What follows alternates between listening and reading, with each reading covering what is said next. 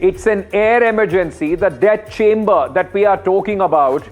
The pollution today, thankfully, it's not touching 500 on the app. It's 347 at this moment. But remember, the Sameer and the Safar app, which are controlled by the government, will not show you anything more than 500. They have put a curb. Over 500, nothing comes in. But if you have access to, in fact, the apps or to the AQI monitors, go out, you will find the pollution at least 3 times higher than what these applications, in fact, are showing. And while Delhi is still struggling, bereft of any concrete solutions for a government which came, in fact, in its manifesto said that we will tackle pollution on a massive level. What Aam Aadmi Party could not do, we will do it. It seems the government of Delhi at this moment is only finding excuses, ladies and gentlemen, and the biggest one is we only have 9 months. But you have a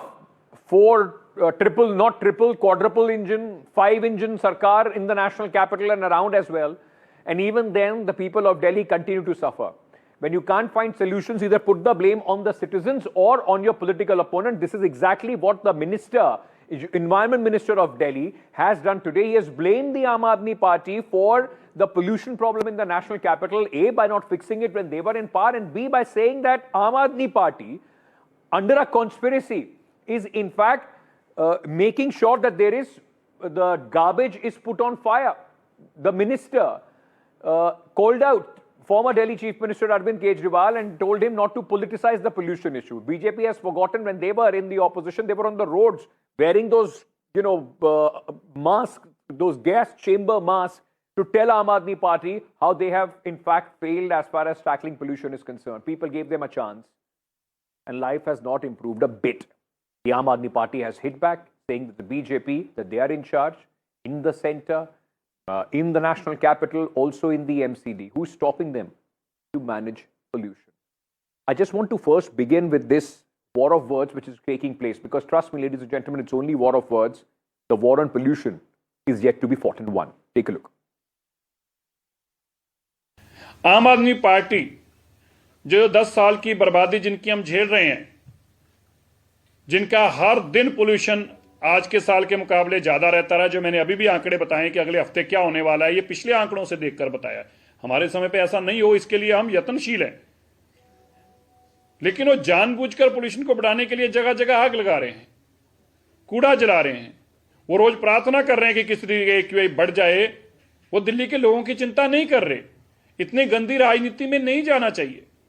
मैं आम आदमी party के सभी लोगों से हाथ जोड़कर विनती करता हूं, मत ऐसा कीजिए। मैं हाथ जोड़कर अरविंद केजरीवाल जी से आग्रह करता हूं, केजरीवाल जी, इतना कुछ दिया है दिल्ली ने आपको। दिल्ली में जो पोल्यूशन का स्तर दिसंबर का आधा समय गुजर गया है, उसके बावजूद ही 500 से ऊपर चल रहा है, आज 17 दिसंबर को भी। और दिल्ली के पर्यावरण मंत्री सिरसा साहब ने खुद बोला है कि मैं माफ़ी चाहता हूँ। अरे आपने पहले काम क्यों नहीं किया? आप इतने सालों से आम आदमी पार्टी की सरकार को कोस रहे हैं कि आम आदमी पार्टी की सरकार पोल्यूशन पे ये नहीं कर रही। हमने तो फिर भी कंट्रोल में रखा, आप तो कुछ भी नहीं कर पाए। आपने जाके देखा कि दिल्ली के बॉर्डर पे और पेट्रोल पंप्स पे क्या हो रहा है? यही प्रॉब्लम है इस सरकार से। इनको चलाने का तजुर्बा नहीं है और कुछ करते नहीं है जब तक क्राइसिस नहीं होती है। फिर नींद से उठकर सॉरी बोल देते हैं। सॉरी से कुछ होगा क्या? सॉरी से हमारे फेफड़े सेफ है क्या? नहीं है ना। तो आप गाड़ियों को आप ये अनाउंस के ऐलान कर दिए, तो बॉर्डर पे क्या हो रहा, पेट्रोल बंक में क्या हो रहा, कार ओनर्स के साथ क्या हो रहा, लोग को जो नौकरी पे काम पे जाना है वो कहाँ जाए, वो कैसे जाए, ये आगे पीछे सोचते नहीं, जो मर्जी बोल देते, बस नेहरू नेहरू लेके बोलते। नेहरू जी के टाइम पे ऐसा तो नहीं हुआ, ये मैं बता दूं। और मैं कह रही हूँ, आप माफी मांगने से क्या होगा भैया? But what is amazing is, ladies and gentlemen, beyond politics and these absolutely hollow words, when it comes to real action as far as the problem of pollution and the fight against pollution is concerned, that seems to be missing, because neither the government of the day wants to take the onus, not the political class. The onus is on the citizens. So you would not, in fact, curb and handle this problem holistically. You will not make a plan when the pollution hits peak. People are on the streets, channels are screaming their lungs out of whatever capacity our lungs are left. We are screaming our lungs out about, look what is happening to us because of pollution. Knee-jerk reaction is the only option, or at least the response of the government. Citizenry, the people of Delhi, the NCR region are being punished. The onus is being put on them. Every third day, there is a new directive. Throw it out and let people handle.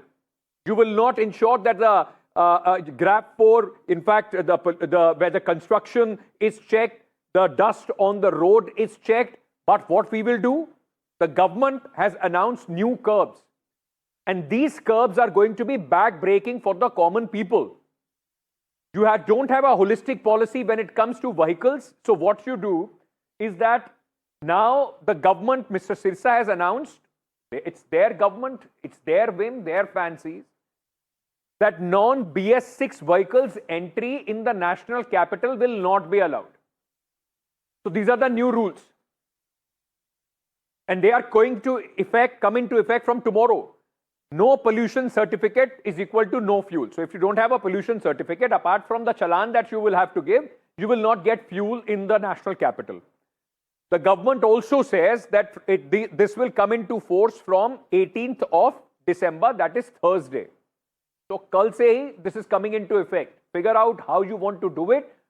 What will be the impact of this? I don't know whether the government has made its proper study as far as this is concerned, because first you already know that vehicles, diesel vehicles more than 10 years, petrol vehicles more than 15 years are not allowed in the national capital.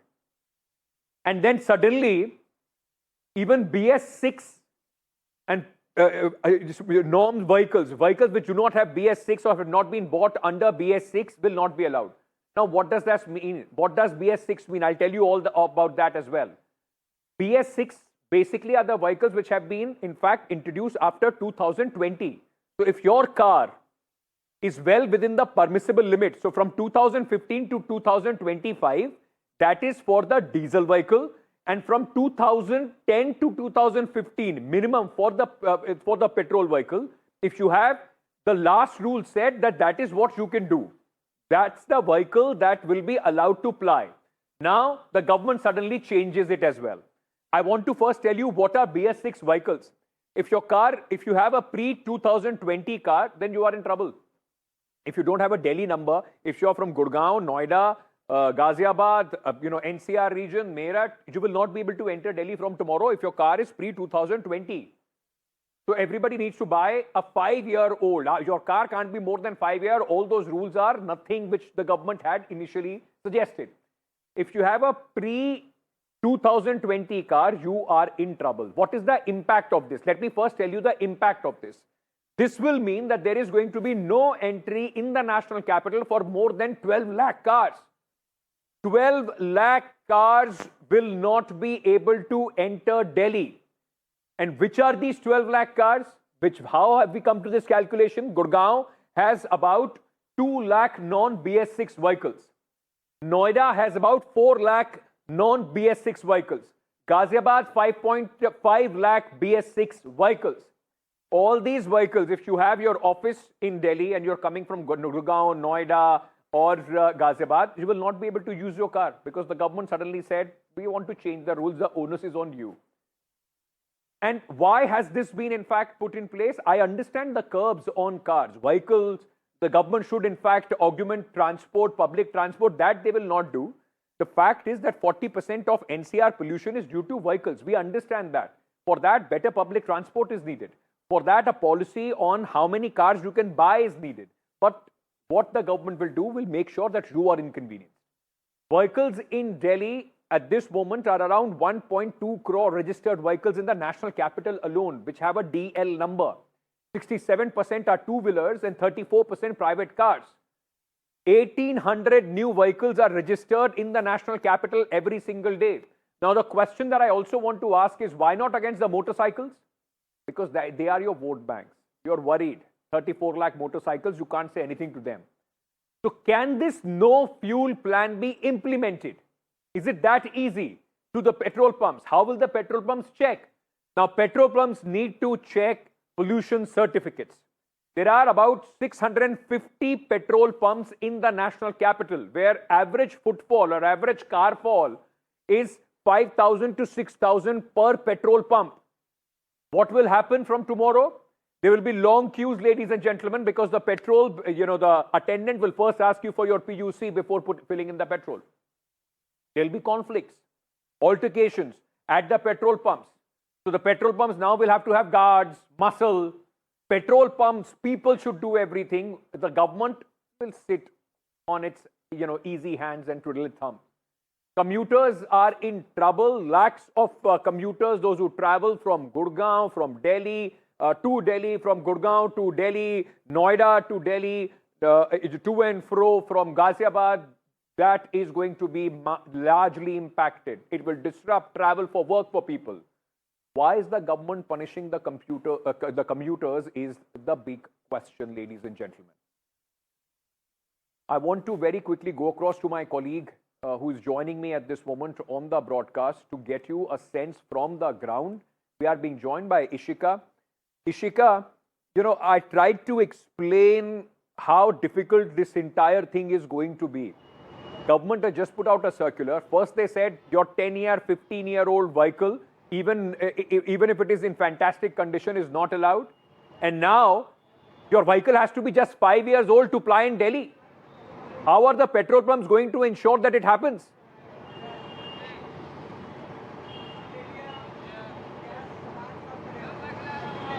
Well, Ankit, as you rightly mentioned, it is going to be one of a tough task as far as the petrol pumps are concerned. Because, another very important point is that from tomorrow, if you do not have the PUCC certificate, you'll not be allowed the refuel. And, we are standing at one of the petrol pump stations here. And this is exactly where the ANPR cameras will be checking. In fact, if you have or do not have the PUCC certificates, and according to that, you'll not be allowed a refuel. So all of the residents of the national capital, the government has urged them to come till today and in fact get their PUCC certificate if they do not have already. Unfortunately enough, what we are seeing here, that there is no long lines of vehicles here waiting for their PUCC certificates. Now, Ankit, let me just tell you that this is one of the CAQM's guidelines to control or rather curb the vehicular pollution, since it is one of the major factor in Delhi's pollution. Now, apart from that also, the government has said that all those trucks which are carrying the construction material, if they are seen plying on the roads, they will be seized. Apart from that, the vehicles which are private or not registered in Delhi and which are below the BS6 norms, if they are seen plying from tomorrow, they will also be seized. And the government here says that all of these are directions that have been rather given by the CAQM, and that is what the government at this point in time is following, and they are waiting. And if this time will give any kind of a positive result, because if we talk about the current air quality index, it stands at 330. That means in the very poor category. Over to you. Thank you, Ishika, for joining us with all those details. We will have to wait and see how it plays out tomorrow when it actually comes into implementation. Very quickly, let me go across to Hormaz Sorabji, auto expert. And we are also being joined by Vimlendu Jha. Vimlendu has been a regular feature on my broadcast for the last few days to try and hammer in the point of how we are, losing on the policy matter on the front of critical thinking as far as the government is concerned. Vimlendu, and once again, it seems that the price has been, the burden has been put on the consumers, on the common people, to try and figure out how, if you are complaining about pollution, Vimlendu, then you will have to bear the brunt. That's the message from the government.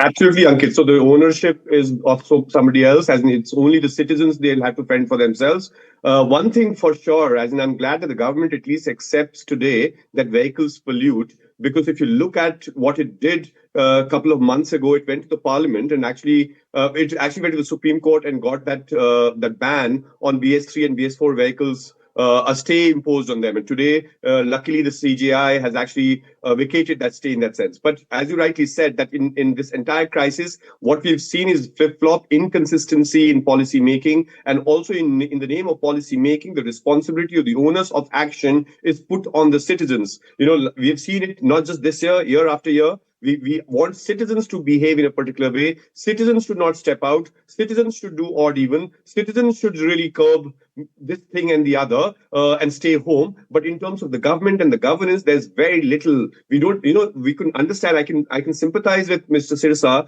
and I would have thought that it is very honest of him to say that 8-9 months is not enough. Of course, 8-9 months is not enough. But has he actually got into any planning? Because if you look at what in last several weeks, what Mr. Sirsa, his government and the central government has done is complete denial. And today also in the same breath that he actually apologized yesterday when he apologized with regard to inaction in that sense, he was actually only blaming the other. Reality is that they haven't got into that really understanding, acceptance that there is pollution. Two, that pollution hurts, pollution kills. And third, that we will have to find long-term solution, not just in terms of private vehicles and banning this, that or the other, but to look at how do we actually make first mile, last mile every public time transport. Citizenry in Delhi gets up and says we are dying of the toxic air. Hormaz, let me bring you in at this moment for the benefit of our viewers. This whole idea now, first they said in the national capital, if your vehicle, diesel vehicle, 10-year-old, a petrol vehicle, 15-year-old, now with this, you have to have a vehicle which is just 5 years old. Does this make any sense? How do you see this impacting not only the consumers, but also the auto industry? Well, I mean, it's, as you said earlier, it's totally impractical. And, as a previous speaker very rightly said, it's the citizens that are always bearing the brunt. The government must be held accountable. I mean, to be honest, I've spent the last 3 days in the NCR, in fact, just going to the airport. And clearly, on the Sona side, there's absolutely no public transport as well. I think, where we have failed miserably is really ramping up the public transport because honestly, people don't have a choice. The only way they can commute is by car. And if you are going to force them to buy an expensive BS6 car, not many can afford that. So, I mean, this is really a major issue. And now, it's okay to say public transport, but even if you start now, you won't get coverage for the next 5 years at least. But I think, we are really in what I call a trap. There's really no solution for this, a practical solution. I think maybe what needs to be done is cleaner cars need to be incentivized more and more. EVs is one solution, but clearly EVs have their own challenge with the charging infrastructure, especially at home. There has to be, let's say policies like a right to charge. I mean, you can't have RWAs deny charging infra for EVs because that is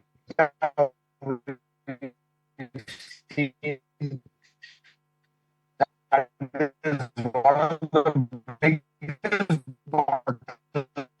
I'm sorry, Hormaz, we are losing the network there. What we'll try and do, we'll fix it and we'll come back to you. But Vimlendu, I want to understand from you, while fine, the vehicles we understand are a major pollutant, 40% of Delhi's pollution is accumulated from its own vehicles. We have been speaking about endlessly about the need for a better public transport system and so forth, which the government seems to be completely, not focusing on. The fact is that whether it's a dust around the roads, or this public transportation system, all that is not being tackled. How many people can keep changing their cars every 2-3 years because the government will suddenly wake up and tell them this car doesn't work?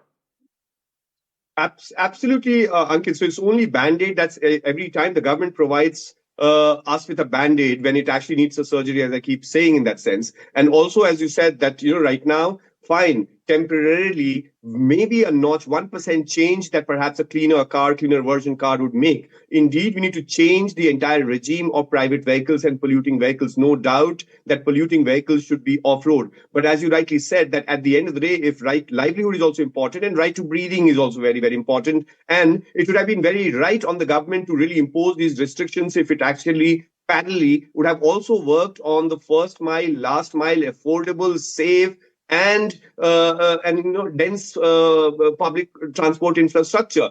Right? Imagine, I keep saying that the idea is not to just have buses only for Delhi, but for the entire region, the transit between people in terms of Gurgaon, Faridabad, and everything else. So once you don't have that, and you don't hear a word from the government with regard to these big plans where the public investment needs to happen, it's why should everything be put onto the citizens alone? Citizens should not go to school, citizens should not go to college, citizens should not go to office, citizens should not take their car out, citizens should shut their windows. Everything citizens should do. Have a plan. Who's stopping the government?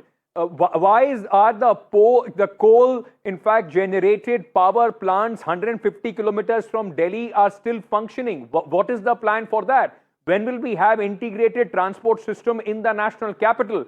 What is the government doing, as far as a larger vehicular policy is concerned? 1,800 vehicles, private vehicles are being, in fact, registered in the national capital every day. Where is the parking space? What are you asking the citizens to do? Can I ask you very quickly, it also seems to be focused only on the people, those who largely come to the television channel, those who have a voice, can speak possibly English, and are making this noise about air pollution.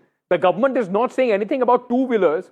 Two-wheelers also in the 40% bracket of that polluting vehicles. They are a major contributor, Vimlendu, isn't it? Absolutely, and in fact, the two-stroke vehicles, the two-stroke motorcycles and engines are more polluting. In fact, imagine right now what we've looked at, this entire gig economy, what it's actually done in the name of creating employment and creating last mile, like quick service and quick commerce for each one of us. Look at how dense and how many two-wheelers have been bought. So of course, that's the votary in that sense. The reason, one of the things that we keep talking about is, as you said, that English-speaking middle class that's really, really troubled. But the votary, the people who actually vote, the poorest of the poor, they are of course not. Of course, the chunk of the pollution is not done by them. Of course, two-wheelers can perhaps be one of the polluting sectors. But the impact of pollution largely is on the poorest of the poor. They're the ones who actually get disproportionately affected and also get disproportionately disservice in terms of medical access. And poor do not have access to a Medanta or a nebulizer or an air purifier or a Fortis in that sense.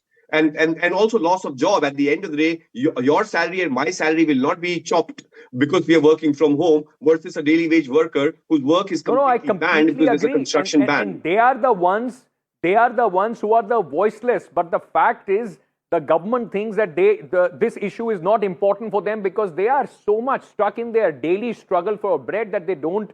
Pollution is the last thing that they can think or afford thinking about. Tomorrow is extremely important. The discussion in the parliament on air pollution, where we actually have a pan-India long-term solution on this, is extremely important because we cannot just look at it from a lens of Delhi, lens of the rich, or lens of the poor. But we will have to really, Beijing plan or London, or choose whichever city has been able to fix it. Right. Unless and until you have a 360 degree 365 days strategy and bipartisan and inclusive of everyone and long term, we'll not be able to solve it, and we'll have to adequate resources. This blamery will not work. It's not about the winters, and it's just not about Delhi. Possibly in winters you see it more, but air pollution is an year-round problem. It's not Delhi-specific problem. We will have to have a better coordinated strategy on the country level plan that possibly the union government should get involved and kick that in. Only then we can solve this. Otherwise, these kind of absolutely knee-jerk reaction measures will keep coming in. We'll keep discussing this year after year. Nothing will change. Only our lifespan is going to be shortened. Vimlendu, thank you at this moment for joining me on the broadcast.